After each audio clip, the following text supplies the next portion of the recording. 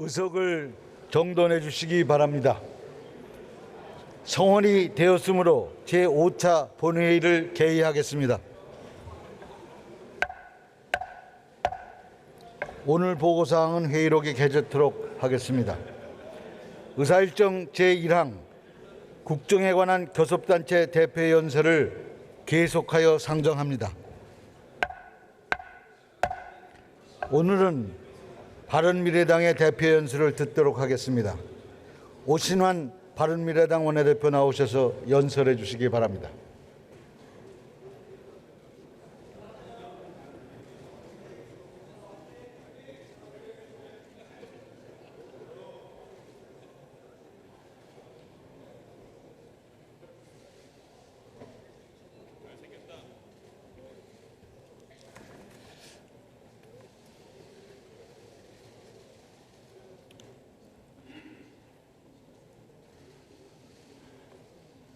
존경하는 국민 여러분, 해외 동포 여러분, 문희상 국회의장님과 선배 동료 의원 여러분, 이낙연 국무총리님과 국무위원 여러분, 바른미래당 원내대표 오신환입니다. 들리십니까? 들어보세요. 국민들의 힘들어하는 절박한 목소리를. 보이시나요? 보세요. 국민들의 고단하고 애틋한 저 눈빛을 말해보세요. 우리는 왜 정치를 하나요? 문제는 정치다. 문제는 경제다. 해법은 정치다라는 말이 있습니다. 무너지는 경제를 살리고 민생을 지켜내는 일은 정치가 최우선적으로 감당해야 할 책무입니다. 아무리 정치인들 사이에 이해관계가 첨예하게 대립하고 정당 간의 갈등이 격화된다 해도 국민에 대한 책임까지 내던지는 일만은 없어야 합니다. 그런 의미에서 2달이 넘는 기간 동안 이어져 온 국회 파행은 그 어떤 변명으로도 국민의 이해를 구하기 어려운 잘못입니다. 누가 더 잘못했는지 따지기 이전에 정치인 모두가 자성해야 하는 문제입니다. 국민 여러분, 송구스럽습니다. 저부터 반성하겠습니다. 너무나 죄송합니다. 다시는 이런 일이 벌어지지 않도록 각별히 유념하겠습니다. 남에게 상처를 주고 남을 끌어내려서 이득을 취하는 마이너스 정치가 가장 큰 문제라고 생각합니다. 국민을 위해 보다 나은 정책을 내놓고 진정성 있는 실천으로 경쟁하는 공존과 합의의 플러스 정치를 하겠습니다. 경제를 살리고 민생을 지켜내야 하는 정치 본연의 책무를 단 한순간도 잊지 않겠습니다. 존경하는 국민 여러분, 나라 안팎으로 경제 상황이 심상치 않습니다. 기업들의 투자가 크게 줄어들고 있습니다. 여의치 않은 시장 상황과 높은 규제 장벽을 호소하며 해외 이전을 고민하는 기업들이 늘어나고 있습니다. 우리 경제를 지탱해온 수출마저도 빨간 신호등이 들어온 지 오래입니다. 자영업 몰락은 이제 더 이상 새로운 뉴스가 아닙니다. 고용 흐름이 좋아지고 있다는 정부의 주장과는 달리 국민이 체감하는 최악의 고용 상황은 좀처럼 나아질 기미를 보이지 않고 있습니다. 가계의 채무 상환 능력도 갈수록 떨어지고 있습니다. 이런 와중에 우리 경제를 둘러싼 대외 여건도 악화 일로를 걷고 있습니다. 미중 무역 분쟁이 장기전 양상에 접어든 가운데 일본이 우리나라에 대한 수출 규제를 강화하고 나섰습니다. 반도체 등 우리의 수출 주력 품목을 만드는 데 꼭 필요한 핵심 소재 수급을 어렵게 만드는 경제 보복을 가해온 것입니다. 일본의 경제 보복은 즉각 철회돼야 합니다. 외교적으로 해결할 과거사 문제를 빌미로 경제 보복을 가해오는 일은 결코 용납할 수 없는 일입니다. 그러나 일본의 보복이 없었어도 반도체, 디스플레이, 무선통신 기기 등 핵심 산업의 하반기 수출 전망은 이미 어두운 상황이었습니다. 수출과 내수가 동시에 하강 곡선을 그리며 장기 침체의 조짐을 보이는데도 대통령이 앞장서서 경제가 성공으로 가고 있다고 엉뚱한 소리를 하는데 경제 상황이 대체 어떻게 좋아질 수 있겠습니까? 이처럼 나쁜 경제 상황에 대외 여건 악화라는 악재까지 겹치면서 우리 경제는 점점 더 깊은 수렁에 빠져들게 된 것입니다. 남북 관계나 북미 관계 못지않게 한일 관계도 중요하다고 그토록 지적했음에도 외교적 해결 대신 강경 대응으로 일관하다 경제 보복이라는 최악의 상황을 초래했습니다. 국민들 먹고 사는 문제를 비롯해서 마치 노후한 상수도관이 파열하듯 곳곳에서 균열을 일으키고 있는 국정 전반의 문제들을 다시금 되돌아봐야 합니다. 존경하는 국민 여러분, 바른미래당과 저는 경제가 성공으로 가고 있다는 문재인 대통령의 안이한 경제 인식에 결코 동의할 수 없습니다. 올해 1분기 우리 경제는 마이너스 성장을 하며 OECD 국가 중 꼴찌를 기록했습니다.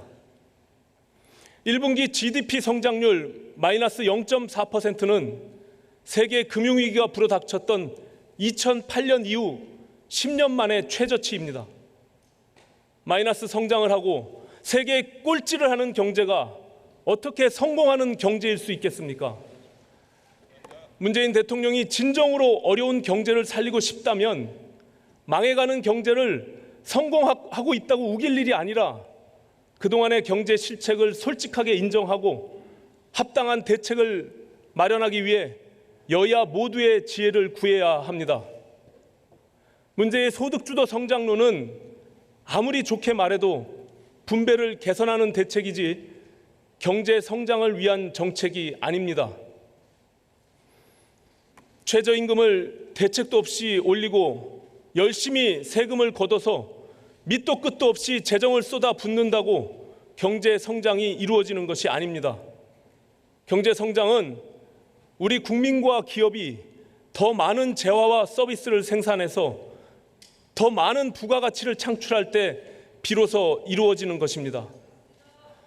오늘날 우리 눈앞에 펼쳐지고 있는 한국 경제의 총체적인 난국은 이처럼 근본 개념부터 잘못된 엉터리 성장론을 고집한 결과로 빚어진 참사입니다.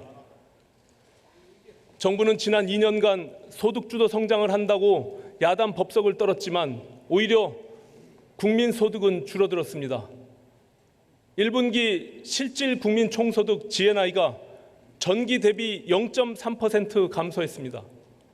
국민이 실제 쓸 수 있는 국민 총처분 가능 소득 또한 1.4% 하락했습니다. 국민의 지출 여력을 가늠할 수 있는 저축률 역시 2012년도 이후 6년 4개월 만에 최저치를 기록했습니다. 우리 경제는 지금 소득주도 성장을 하고 있는 것이 아니라 소득도 성장도 뒷걸음질 치는 퇴행을 겪고 있는 것입니다. 그런데도 문재인 정부는 현실을 직시하고 근본적인 대책을 세우는 대신 시시각각 다가오는 우리 경제의 위기를 일시적인 현상으로 치부하며 하반기에는 경제 사정이 나아질 것이란 근거 없는 낙관론으로 사태를 더욱 암울하게 만들고 있습니다. 그 결과 미중 무역 분쟁에 이어 한일 관계까지 악화되면서 수출 전선은 먹구름이 가득하고 국민들의 소비 심리마저 얼어붙으며 경제는 점점 더 미국을 향하게 되었습니다. 문재인 정부가 얼마나 무책임한 자세로 경제 상황을 대처해 왔는지는 경제 지표를 대하는 정부의 태도에서도 확인됩니다. 지난 5월 23일 정부는 1분기 소득 부문 가계 동향 조사 결과를 발표했습니다. 한마디로 저소득층을 죽음으로 내모는 소득주도 성장의 문제가 여지없이 드러났습니다. 소득 최하위 20% 계층의 평균 소득이 5분기 연속 감소했습니다. 단순히 소득이 줄어든 것만이 문제가 아니라 내용을 들여다보면 더 큰 한숨이 나옵니다. 최하위 계층의 근로소득이 무려 14.5%나 줄어든 것입니다. 최저임금 인상으로 소득 최하위 계층 상당수가 일자리를 잃거나 근로시간이 줄어들면서 소득이 감소했다는 사실이 분명히 확인된 것입니다. 자영업자의 어려움도 여실히 드러났습니다. 전체 가구의 월평균 사업소득이 2분기 연속 줄면서 89만 2천 원으로 조사됐습니다. 반면 늘어난 것은 정부와 지자체가 무상으로 보존하는 이전 소득입니다. 근로소득도 줄고 사업소득도 줄었지만 이전 소득만큼은 월평균 67만 3천 원으로 14.2%가 늘어났습니다. 그야말로 경제를 망가뜨리고 재정으로 틀어막는 전형적인 악순환의 구조를 보여주고 있는 것입니다. 그런데 이 같은 결과를 두고 정부는 상하위 소득 격차가 줄어들었다면서 소득 분배 상황이 1년 전보다 개선됐다고 여론을 호도하고 있습니다. 저소득층의 소득이 비록 줄어들었지만 소득주도 성장의 결과 빈부격차는 개선됐다는 것입니다. 참으로 정직하지 못한 사실 왜곡입니다. 최하위 계층의 소득이 크게 줄어들었는데도 상하위 소득 격차가 줄어든 이유는 소득주도 성장의 결과가 아니라 경기 둔화로 대기업의 실적이 악화되면서 최상위 계층의 소득도 함께 줄었기 때문입니다.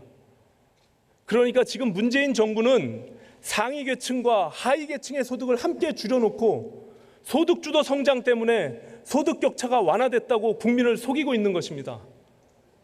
국민들이 정부에게 바라는 것은 서민들도 함께 잘 사는 나라를 만드는 것이지 모두가 가난해서 똑같이 못 사는 나라를 만드는 것이 아닙니다. 어떻게 상하위 소득이 함께 줄어든 결과를 가지고 상하위 소득 격차가 줄어들었다고 선전할 수 있습니까? 도대체 이러려고 통계청장을 바꾼 것입니까? 부끄러운 줄 아시기 바랍니다. 문재인 정부의 여론 호도는 이것 하나만이 아닙니다. 정부는 지난 6월 12일 5월 고용 동향을 발표하면서 고용률 67.1%로 통계 작성 이후 사상 최고치를 기록했다고 말했습니다. 대통령, 장관, 일자리 수석이 돌아가면서 이구동성으로 고용 상황이 그동안의 부진에서 벗어나 개선되고 있다며 반색을 합니다. 이 말이 실제 사실이라면 박수로서 환영할 만한 일입니다. 그러나 고용 상황이 개선되고 있다는 정부의 주장 또한 국민 우롱이 아닐 수 없습니다.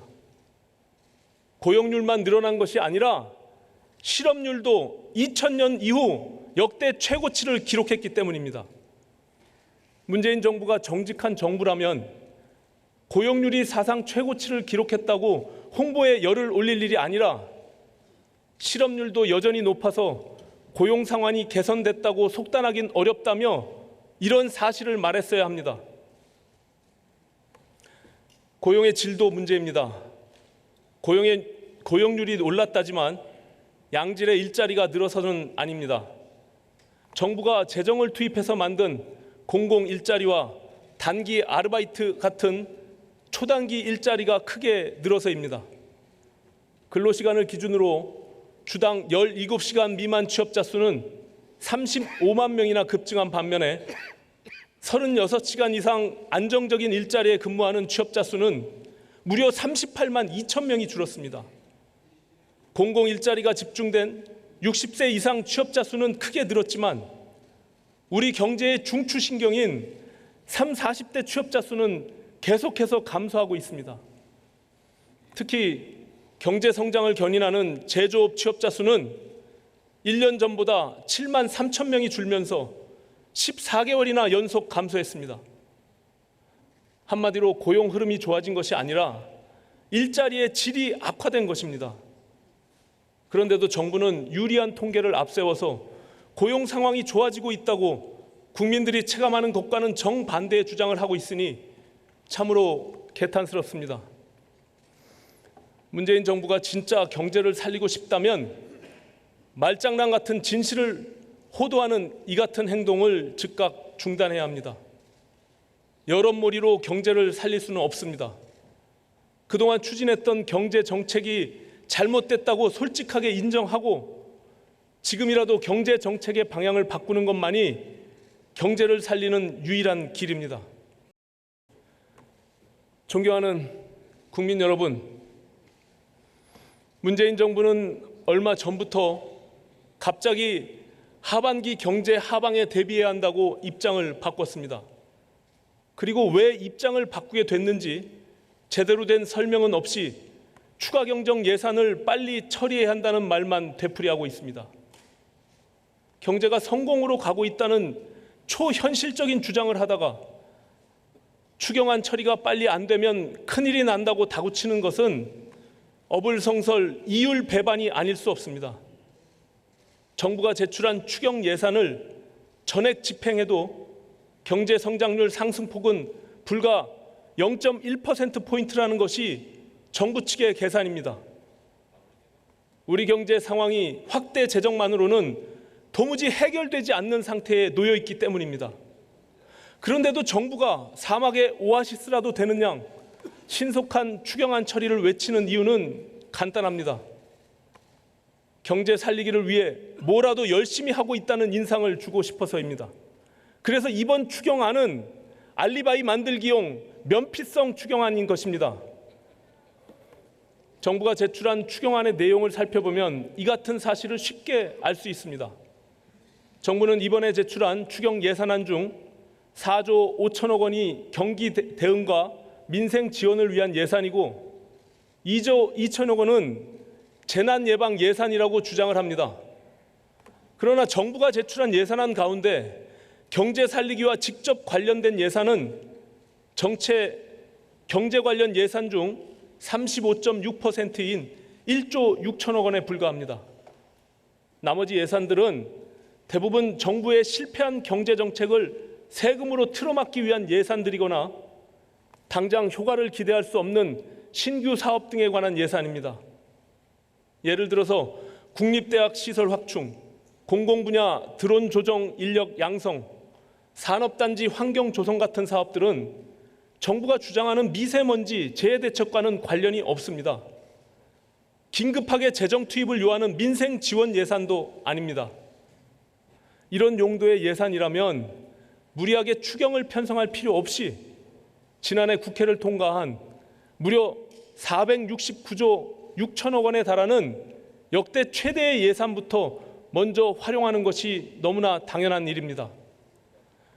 미집행 예산과 예비비로 긴급한 현안에 대응하고 신규 사업 등 기타 예산들은 내년도 예산안에 반영하는 것이 국민 부담은 줄이고 정책 효과를 높이는 방법입니다. 추경 예산의 조달 방식 또한 큰 문제입니다.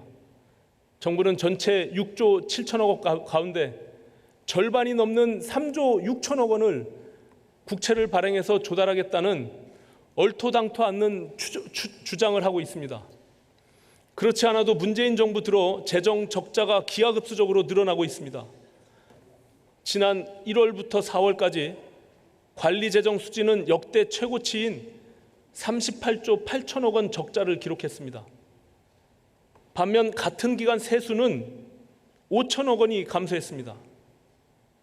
하반기에 경제가 더 어려워지면 세수 확보 또한 더욱 어려워질 텐데 이런 상황에서 어떻게 빚을 내어 일단 쓰고 보자는 위험천만한 발상을 또다시 할 수 있는 것입니까? 바른미래당은 경제 살리기와 긴급한 민생 지원에 반드시 필요한 예산들은 정부의 요청이 없어도 꼼꼼히 챙길 것입니다. 그러나 국채를 발행해서 예산을 조달하겠다는 얼토당토하는 발상만큼은 원천적으로 봉쇄하겠습니다. 효과가 의심스러운 전시성 사업 예산들 또한 전액 삭감을 원칙으로 추경안 심의에 나서겠습니다. 존경하는 국민 여러분, 지금과 같이 잘못된 정책으로 경제를 망쳐놓고 재정을 쏟아부어 메우는 방식은 지속 가능하지 않습니다. 이 길은 한국 경제가 죽음으로 가는 길입니다. 더 늦기 전에 병 주고 약 주는 식의 엉터리 정책을 멈추고 우리 경제의 성장 잠재력을 높이는 근본적인 개혁에 나서야 합니다. IMF 외환 위기 이후 우리 경제의 근본 문제는 저성장 양극화입니다. 물론 저성장의 문제의 원인은 단순하지 않습니다. 따라서 해법 또한 단순할 수가 없습니다. 그러나 분명한 것은 기업과 국민이 재화와 서비스를 생산해서 부가가치를 생산해야 경제가 성장을 한다는 사실입니다. 저성장 기조를 극복하고 경제가 꾸준히 성장하지 않으면 양극화 문제의 해법 마련도 요원해진다는 것 역시 변치 않는 진실입니다. 그렇다면 문재인 정부가 가장 공들여 했어야 하는 일은 기업이 신성장 산업에 투자하고 국민이 새로운 도전에 나설 수 있도록 한국 경제의 체질을 개선하는 일이었습니다. 시장이 활력을 찾고 기업이 투자를 늘리고 새로운 사업에 도전하는 국민이 늘어나야 경제가 성장을 하고 일자리와 소득이 늘어나는 것 아니겠습니까? 그러나 문재인 정부는 한국 경제의 체질 개선 대신에 열심히 세금을 걷어서 열심히 현금으로 나눠주는 일에 열성을 다했습니다.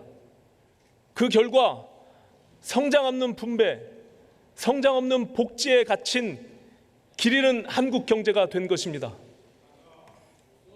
경제가 성공하고 있다고 큰소리치던 문재인 정부가 지난 3일 올해 경제 성장률 목표치를 당초 2.8%에서 2.4 내지 2.5%로 낮췄습니다.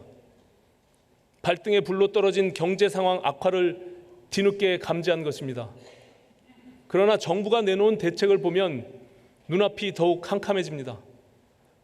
정부가 경제 성장률 목표치를 낮추며 발표한 2019년 하반기 경제정책 방향은 전혀 새로운 것이 아닙니다.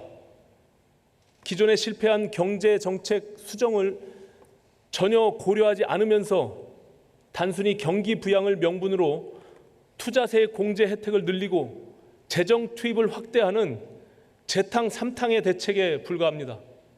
이런 대책으로는 무너진 경제를 일으켜 세울 수도 없고 단기적인 경기 침체에 대응할 수도 없습니다. 정부는 지금이라도 경제 정책의 방향을 전환해야 합니다. 시장은 시장대로, 재정은 또 재정대로 최악의 진퇴양난으로 몰아넣은 소득주도 성장론부터 반드시 폐기해야 합니다. 문재인 정부의 소득주도 성장론과 과격한 최저임금 인상은 중소기업의 어려움과 자영업의 몰락을 초래했습니다. 보호받아야 할 저소득층은 일자리를 잃고 소득이 오히려 줄어들었습니다. 이처럼 소득주도 성장론이 저성장 양극화를 더욱 심화시키고 있는 상황에서 노동계는 내년도 최저임금을 1만 원으로 인상하자는 주장을 하고 있습니다. 물가 상승률의 20배가 넘는 또다시 대폭 인상하자는 것입니다. 더 이상 노동계의 주장에 휘둘렸다가는 중소기업과 영세 자영업자의 완전한 몰락을 피할 수가 없습니다. 급격한 최저임금 인상에 따른 경제 쇼크가 다시금 일어나는 일을 반드시 막아야 합니다.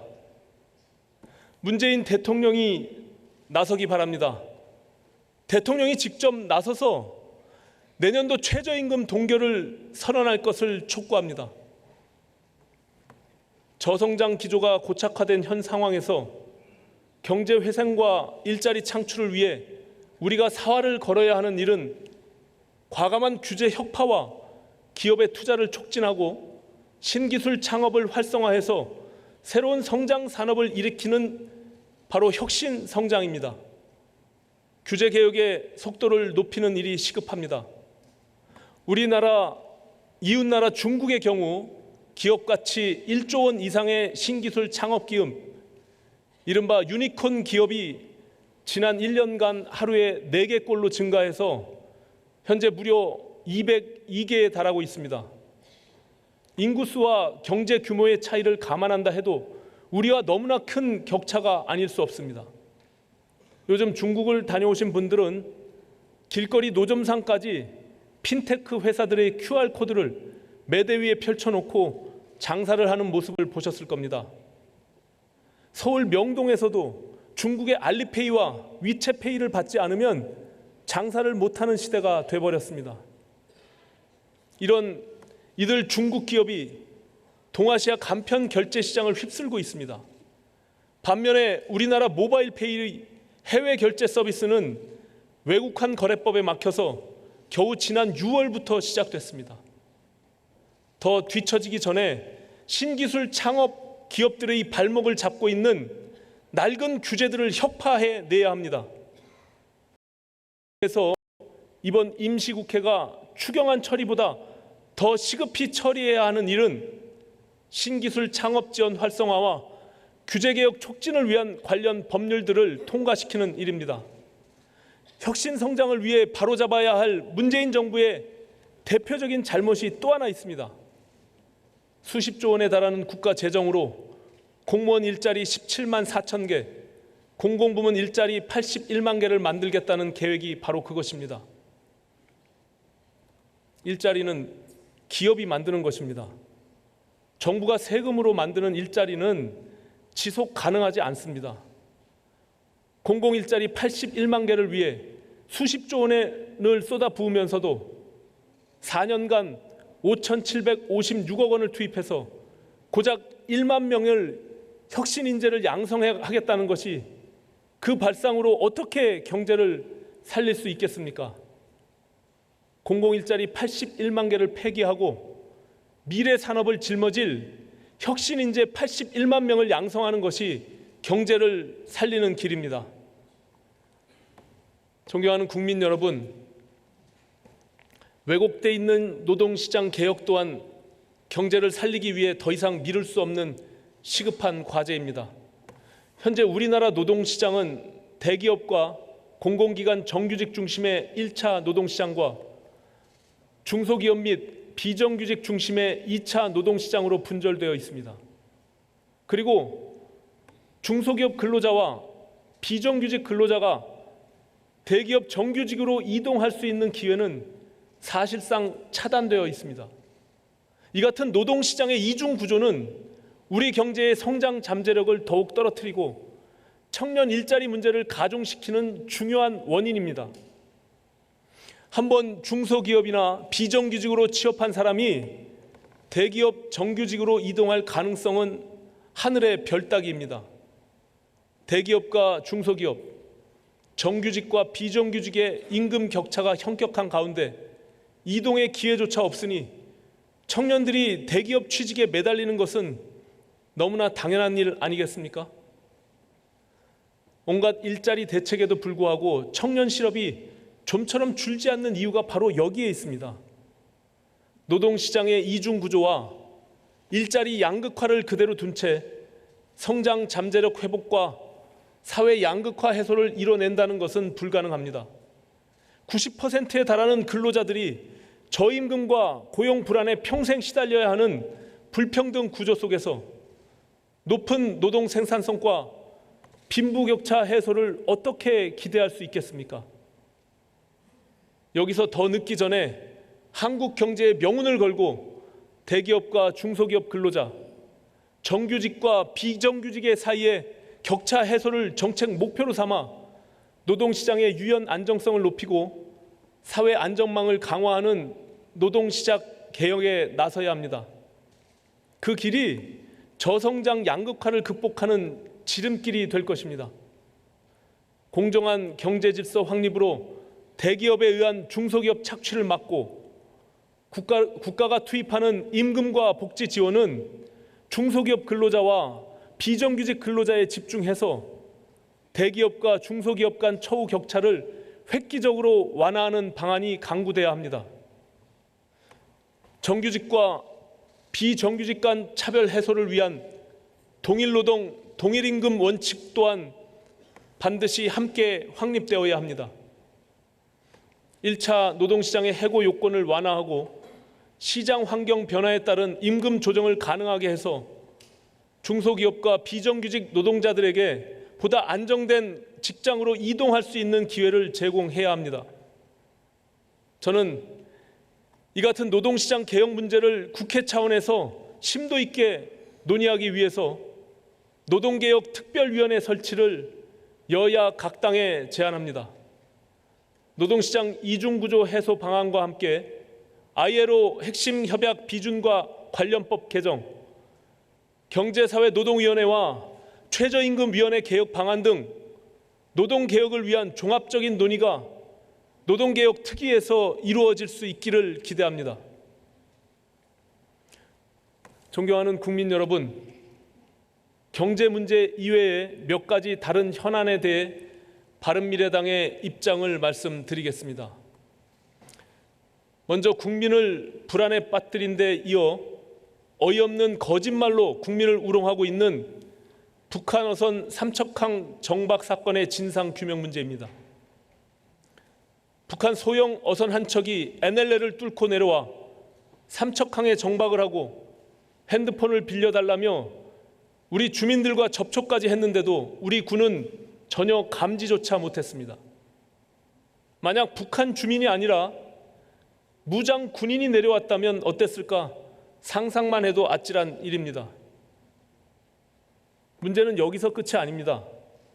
경계 실패의 책임을 덮기 위해 청와대와 군 수뇌부가 작당을 하여 경계에는 문제가 없었고 북한 어선은 표류로 떠내려와 삼척항 인근에서 발견된 것이라고 국민들을 속인 것입니다.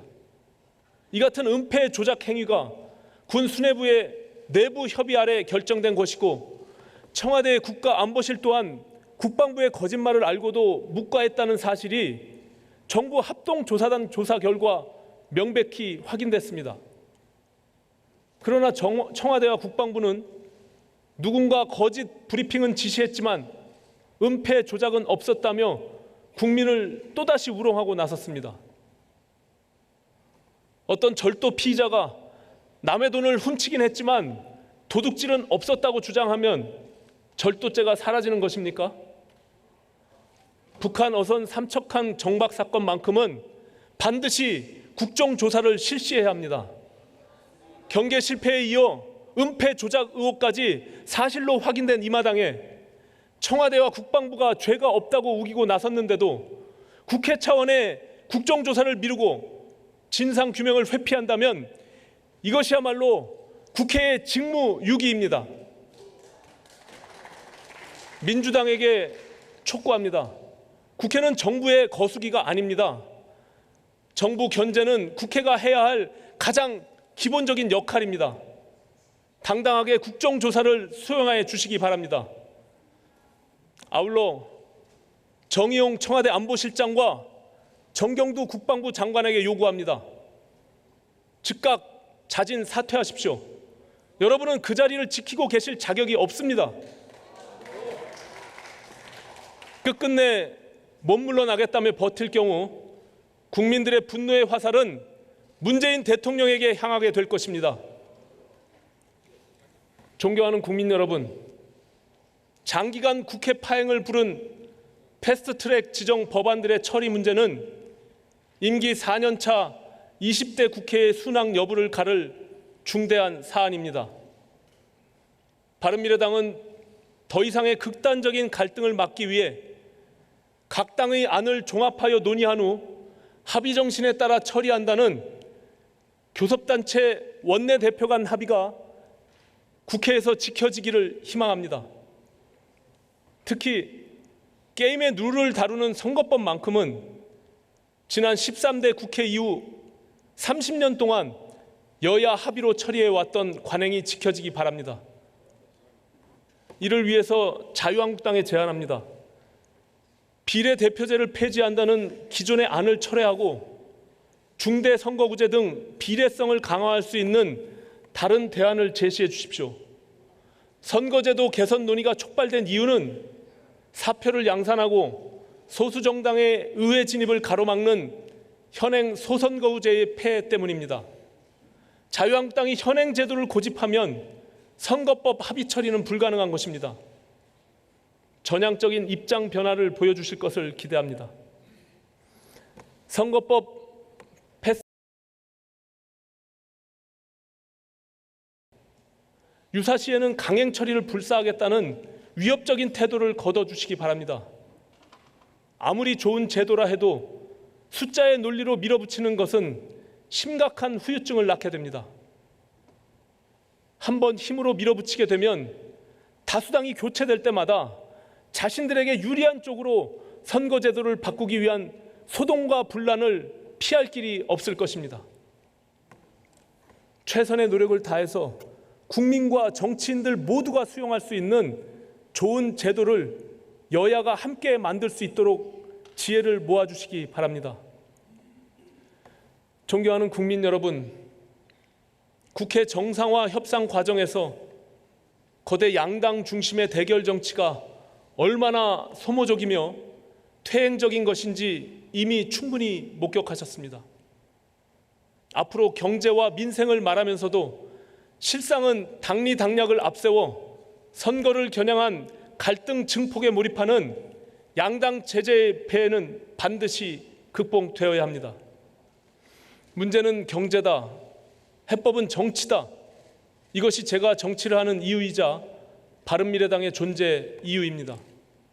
바른미래당은 정치가 경제의 발목을 잡지 않도록 거대 양당의 극단적인 대결 정치를 제어하면서 경제와 민생에 집중하는 유능한 경제 정당의 길을 가겠습니다.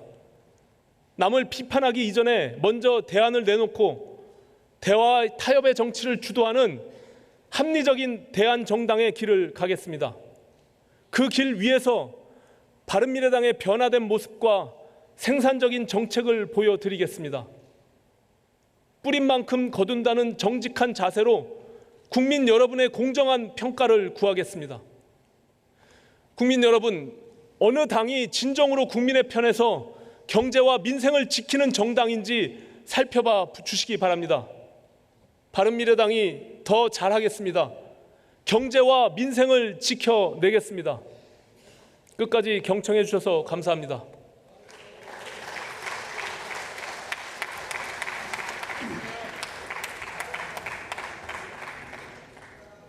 예, 오신환 원내대표 수고하셨습니다.